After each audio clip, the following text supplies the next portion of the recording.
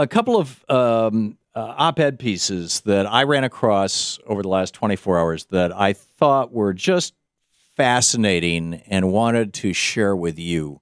The first, I'm pretty sure I saw a link off democraticulderground.com to it, but it's published over on salon.com. So I went and I got the original article and printed it out. And it's by Paul Rosenberg. And the subtitle of the article is Bush Tanked the Country. Now the right is again running the show. Neuroscience explains incompetence of all sides. And the headline, it's got a picture of Scott Walker, Ted Cruz, and Rand Paul. And the headline says, why are these clowns winning? Clowns, C-L-O-W-N-S. Why are these clowns winning? Secrets of the right-wing brain. Okay, and then he gets into this, the whole neuroscience thing.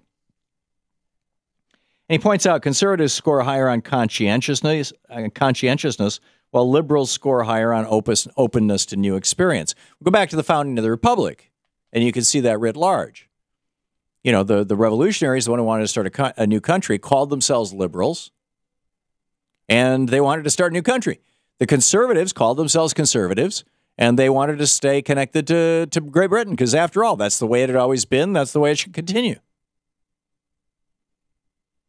So novelty seeking is more likely associated with liberals, and on the other hand, the conscientiousness, in other words, staying true to a particular groove, that's more consistent with conservatives.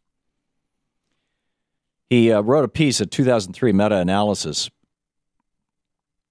titled "Political Conservatism as Motivated Social Cognition." And he says, analyzing political conservatism as motivated social cognition. Now, what does that mean? Social cognition means thinking. Social, obviously, you know what that means. Motivated means that there's a reason for it, right? Something pushing it. So why is it that conservatives think, perceive, understand the world to be the way that they do with a particular motivation? What is the basis for that motivation with regard to society? Okay, so he says, analyzing political conservatism as motivated social cognition integrates theories of personality, epistemic, and existential needs, and ideological rationalization. So what does that mean? Personality. He says personality includes authoritarianism, dogmatism, intolerance of ambiguity. These are characteristics that you find among conservatives. Epistemic and existential needs, right? The greater needs, the things that are you know, deep inside us, that are arguably not even part of the conscious brain, but you know, our id and superego, as it were. The needs, these include the needs for closure, to say, oh, I understand that now. The need for regulatory focus. In other words, I know how this is going to turn out. I feel safe. I don't have uncertainty. And terror management. Conservatives live in a world where they're, by and large, continuously afraid. They're more afraid of the new experience. They're more afraid of what may come. They're more afraid of, and then he talks about ideological rationalization. Now, what does that mean? Ideology, you know, the way that you politically view the world. Rationalization, the way you explain to yourself why that political view is right. And so he says these are things like social justification and social dominance. They looked at 22,818 individuals in 12 countries, 88 sample groups. And he writes, Jost and one of his co-authors wrote in a Washington Post op-ed, he said, true, we find some support for the traditional rigidity of the right hypothesis, but it's also true that liberals could be characterized on the basis of our overall profile as relatively disorganized, indecisive, and perhaps overly drawn to ambiguity, all of which may be liabilities in mass politics and other public and professional domains. Well, this is Will Rogers, right? Back in the 1930s, somebody asked Will Rogers what political party he was a member of, and he said, I'm not a member of any organized political party. I'm a Democrat. All right, the old joke, you know, trying to get Democrats to do something is like trying to herd cats. Trying to get Republicans to do something. All you have to do is, you know, lift a hand and say Sieg Heil, and everybody goes, yeah. Well, Sieg Heil is a little harsh, but you get the point. They line up and salute. Democrats tend not to line up and salute. They don't like that. In fact, I'd say that's the basis of some of this pushback against Hillary Clinton. It's not that people don't think she might make a great president, but they're offended by the idea of inevitability, which would be desirable on the Republican side.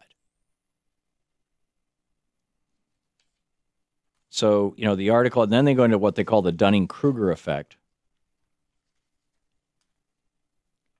This is the metacognitive inability of the unskilled to recognize their ineptitude. In other words, people don't realize how incompetent they are. People don't realize how much they don't know. They don't realize how much they don't understand. And so they'll say things like, hey, we got to protect the job creators with low taxes,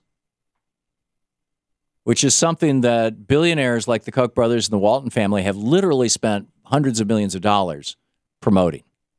That idea, that simple bumper sticker. You got to protect the job creators with low taxes and low regulation. And what has happened? Tens of millions and maybe more, maybe as many as 100 million, a third of the U.S. population, believe this. People who are not millionaires and billionaires. I had a guy yesterday call into this show and try to argue with me for Tea Party Dave, I think he called himself, for the better part of 4 or 5 minutes about how,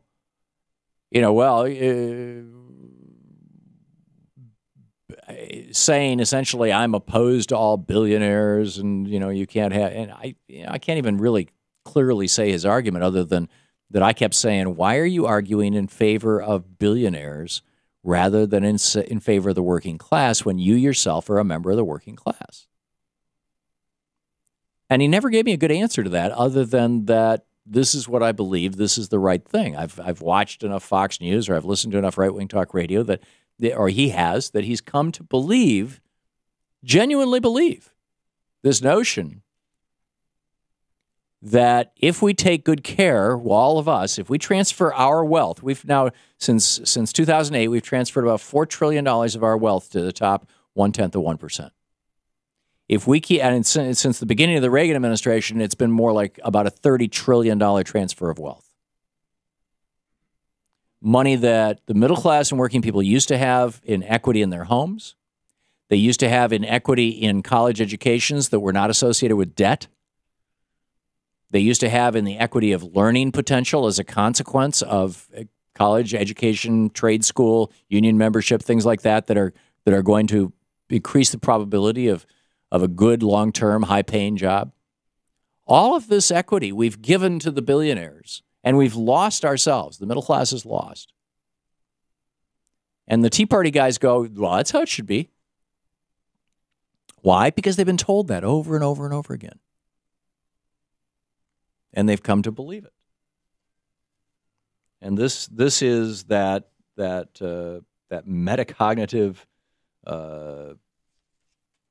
error, I guess, that we make. So we've got that, and at the same time, there's a piece by John Edward Terrell in today's New York Times, in the Stone philosophy piece, basically, talking about the fundamental philosophical differences between the two political parties. And he points out that this idea of the individual, he asserts it came with the Enlightenment, arguably, yeah, and he quotes Rousseau. I read Rousseau differently. But basically what he says is the argument of the individual is dangerous to society. This is the Thom Hartmann Program. This whole fetishing that we have done of individualism as opposed to society, to socialism, is actually destructive to us.